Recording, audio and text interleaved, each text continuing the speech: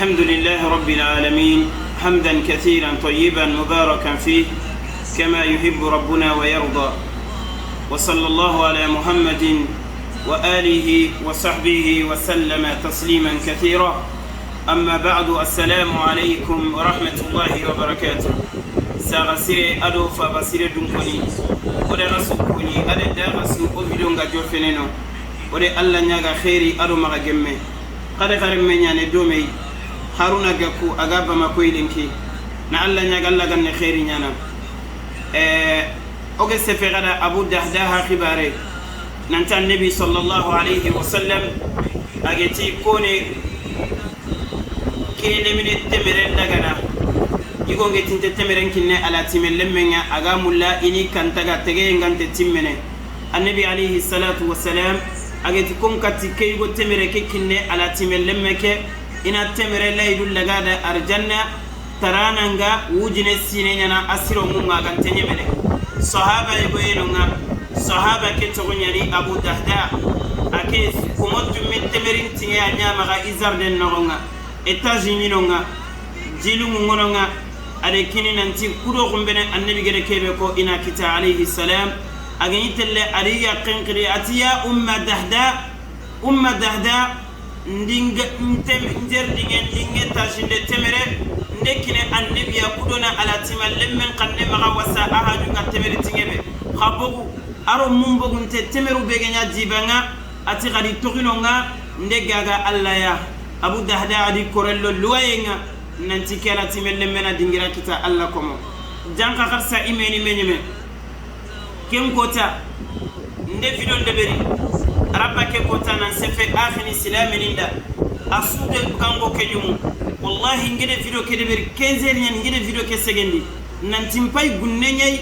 ala timello mon korino ko kita de binnogo appeli ngille bangen suwa igin killi o mani o fabani kabe banege propose oyi alla komo ay tankirege kaba makono gonga kabe banege propose kadega yere fay agana lingi kadega ku oyo wutu sorobe ni kagere ikani propose ina nyankano nga odalla ga kebe nyana ay tampille de foka bakagadi janka abubakar radiyallahu anhu imeni menyeme janka usman ni meni menyeme alla komo annabi yimmoto suru meni menyeme kharsa iyeno nga ode dingira ni kusu fayri ni bane dingira be gedo yimellaga o mamma yogo yani ontetu wallahi amadu ngari to gonan komi atika ku khagana ni nomulla nimero nge face bakan telefonga ka tagante nyani ide ka ke taga na bili atogona finition nyale beri na jogunde beri na kurulay na sapina folla kullay atide kini fi sabilillah ide kini fi sabilillah e jike musamburu Allah maga Allah ganne nyane kay arjanna o fabatana kado khiri kundunya Allah komo nantide kani ku kiniti Allah khari ku ala timeni gemerwano gonga ala timel mutana ni benu go maga bamako ona dingiran kiniya kenanya sababu ya ala time gebeni no kunkita madim baba tiji kellone alla bangi khombene annabi sallallahu alayhi wa sallam atikenda ala time lemmen krosindana ke hataini fil janna khoy ku kitullo mugam go be taxenga alla komo sere suageri kam presentoi alla de besu golle ngori alla ganne nyana kaniya oda ghasura firdaus al a'la ya rabbal alamin sasa digame begano o me daga yo woni khallem pay fina ibe gede kankini nanti de kini kwala timello mu bare ya khibaren kanne mara ananyano kenya gana ni ode la fiya buno ko ke asugandi ma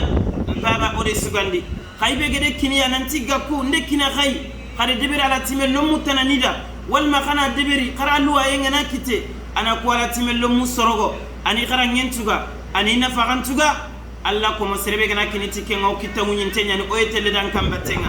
khagella ganani serebe gede kake kiniti kubane kusegi bane wala timello musegi bane ode no kukita la fiya bugu oye mulla kala timello mun nango bo magade alla komo wallahi khassu kebe gatela la timello mu ina faga adi luwaye bamako khassu oga tugana fogebente kumana million ngade ogana dingira kita kun kadanga koy kugana nya sababu ya ala timello metana gana kakita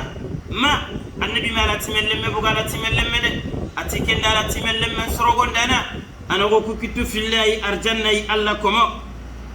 annabi ga kongo sallallahu alayhi wa sallam ibe ganani angede kini nanti kuya na nyano ode lafiya buguno kukiya sugandi demma ka ganani angede kini nanti ona wutu ala timel lemu nyana nyano o ganti sire surono anka agame nyala timel lemme fubeni gomaka oni ka bugulu wayenga aganani be kampere tengedi ken kanne maka mi be gedi kan terem prenda kanne maka mi be geti dingira tagana akanne maka ala timel lemu ngono ngade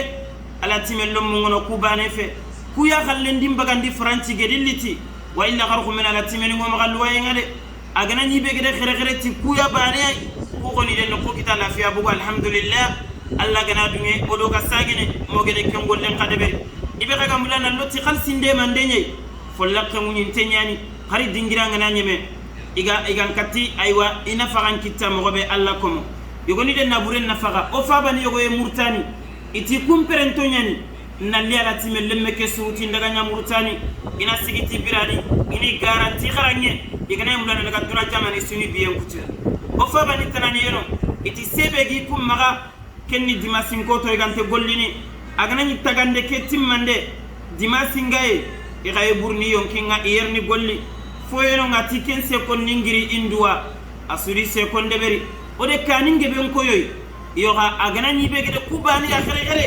yoku koni le nokko kita agana ni be gede kini alla yai nanti ala timel lemme sugano nga anankini sere magaro ni nyeke magantanya na timel lemme ma wallahi wonte sere rondina ala timel lemme falle sere ndero non ala timel lemme falle wala ibege pere ken kanne maga ay alhamdulillah ona daga nokku ngori ala timel lemu beni go maga makun kana nokku kita de ku batenga asunya kala sukilun taw asuke fo sinonga asu gangon de beri 24 rappel nyandini khalisinin qaye killenga garsa soronge di laydul daga kudona golle ke finition de beri allah taala ngana dunge minge daga ma bakeni kubito ko tabane allah ko mebe go maga no gitu godo ke ko se yonkin ta fete ke kutenga ndega bege kentay aga no kunkonu moge daga non kay de wori ma mbaba ko lakka munyin tenyani aga na nyibe gede kini nanti kulo munu bane o de dingira kiti danga lafiya bugu sagan no o yetimmandi ni daga ille neno kaga na nyibe gede kini nanti ala timeni nyai hari kuge fete ala timel lemme nyagi na gesebeti ima yankara mifa ba yankara wallahi o yankal lagana ona deberi ala timeni nyallo neno walma ona taga na waral wayenga na khalsinya ala timel lumu finase ni garangen tuga ni jara ma kani fare katti gai ibe gagere ngani sirebe utunan tagananya kuwai angani yengi batenga alla dangolle ngori kagarsa onte balla dingira ibe gana dingira kinoi nantona kina la timellum munga o kitemu nyentenya ni katti besu ya alla de besu ngani yengori alla gande gollu ku sura gana ni wara mawazinu hasanatinga o de fokita kwala timellum beni ngeri ribare awya nyagonda hamminginga o do fokita debi no la fiya bugu no gonga alla gana dumi makagara video ngoro gana dugute on ta kamantu imme wallah adika ke tagare betmal latinya mulle hodeno ka ikare ile kini allai o hajunge ku mammani meni o hajunge ku papani meniya korondro goto ke wakati nan ko sinya sababu ya wala latimelle mesu ya ganji sura fu beni ga doyenga adikenti yananti ka kita me keme gana kongida iye kita alla komo follaqe munyin tenyani aganani fu beni gede kubane ya khere khere yo ken kono nan kan sagandi alhamdulillah kude lokko kita kangira la timelle munya khere khere koy daro fa bayego atiga kunkede kini alla ya har ko ala timene gemero kadenya la timenga no kusu anallo wallahi ndekine alla inan jarano gonga inan muyano gonga ani garangen tuga allah taala ngande gollu lagana mamma sugide gore bagandi alla de wori papa sugide santim bagandi sire sugide kangen bagandi sire sugide nganni sire mutu kada gin kampai agana gemei ndekine gai alla de besu golle ngori alla de besu nganni ngori nken takatu me alla yaqatu subhanahu wa ta'ala ay qakam wajibi na kangunu ku kinyandi yoke anyo maga fare na kinyandi gai nan tole la fiya buguno kun sugandi kuda khala timeni menyemede annabi alayhi salam ala timeni menyemede alla komo annabi yimmato siru bannani nema gumu kanteru gumu imenyemede yoku goni khalle alhamdulillah kilu taqin kite